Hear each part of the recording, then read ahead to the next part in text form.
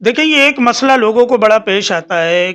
کبھی خواتین کو لیکوریا کی بیماری ہو گئی، کبھی کسی کو ایسا مسئلہ ہو گیا کہ اس کا وضو بار بار ٹوٹ رہا ہے، ہوا خارش ہو رہی ہے، بار بار ٹوٹ رہا ہے، یا پھر کوئی ایکسیڈنٹ کی وجہ سے کوئی زخم ہو گیا، اب اس سے خون رس رہا ہے.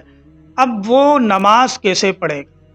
دیکھیں ایسے شخص کو شریعت معذور کہتی ہے، لیکن دیکھیں معذور شریعت کب کہے گی اس کو سمجھنا ضروری ہے. معذور شریعت اس وقت انسان کو سمجھتی ہے کہ اس کو پوری نماز میں اتنا وقت بھی نہیں مل رہا کہ وہ وضو کر کے نماز پڑھ لے اور مسلسل اس کا وضو ٹوٹ رہا ہے یا زخم سے خون بہہ رہا ہے. آسان مثال سمجھے، دیکھیں مغرب سے عشاء تک بالکل مختصر وقت ہوتا ہے. ایک آدمی نے مغرب کی نماز کے لیے وضو کیا، اب اس نے نیت باندھی، اس کا وضو ٹوٹ گیا. پھر اس نے دوبارہ وضو کیا، نیت باندھی، پھر ٹوٹ گیا. پھر تیسری مرتبہ وضو کیا، نیت باندھی، پھر ٹوٹ گیا. اب عشاء کا وقت بالکل ختم ہونے کے قریب ہے، لیکن ابھی تک اس کو اتنا وقت نہیں مل رہا کہ وضو کر کے نماز پڑھ لے. اب آخری وقت تک اگر اتنا وقت نہیں مل رہا، اب آپ شریعت کی نظر میں معذور ہیں. اب شریعت آپ کو یہ کہتی ہے کہ اس عذر سے اب آپ کا وضو نہیں ٹوٹے گا. کیا مطلب یہ ہے کہ اگر آپ نے مثلا عشاء کا وقت داخل ہونے کے بعد عشاء کے لیے وضو کر لیا، اب وضو کرنے کے بعد بار بار ہوا خارج ہو رہی ہے یا بار بار خون نکل رہا ہے، جس بیماری میں عذر میں آپ ملوث مبتلا ہیں اس کی وجہ سے اب آپ کا وضو نہیں ٹوٹے گا، آپ کا وضو برقرار رہے گا. اس میں آپ فرائض پڑھیں، نوافل پڑھیں، آپ قرآن کریم کی تلاوت کریں.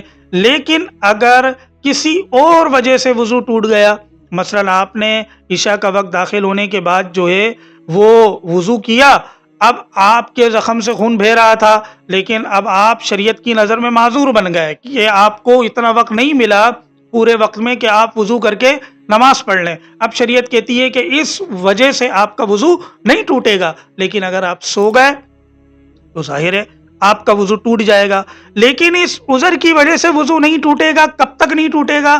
جب تک اگلی نماز کا وقت داخل نہ ہو جائے. یعنی اگر آپ نے مثلا مغرب کے لیے وضو کیا تو عشاء کے وقت تک آپ کا وضو برقرار ہے. کیا مطلب برقرار ہے؟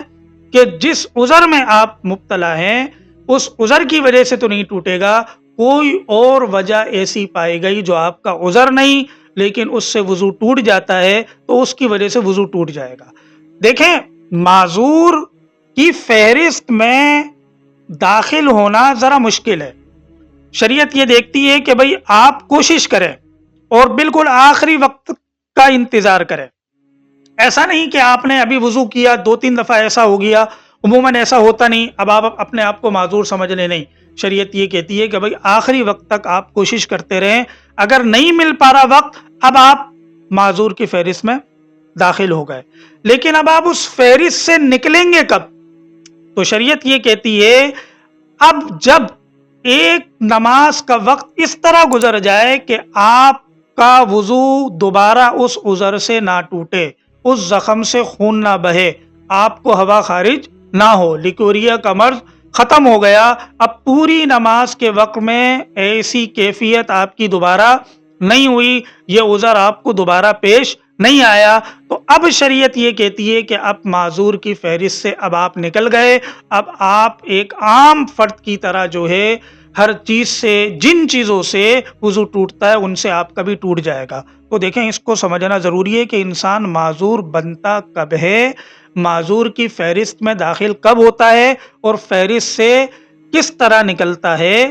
تو یہ عموماً ان خواتین کے لیے بھی ہے جن کو استحاضہ ہوتا ہے. مینسز میں تو نماز معاف ہے، استحاضہ ہو جاتا ہے، لیکوریا ہو جاتا ہے، کوئی ایسا زخم ہو جاتا ہے، یا بعض لوگوں کو پیٹ کا مرض ہوتا ہے، تو ایسے افراد کے لیے شریعت نے یہ آسانی رکھی ہے.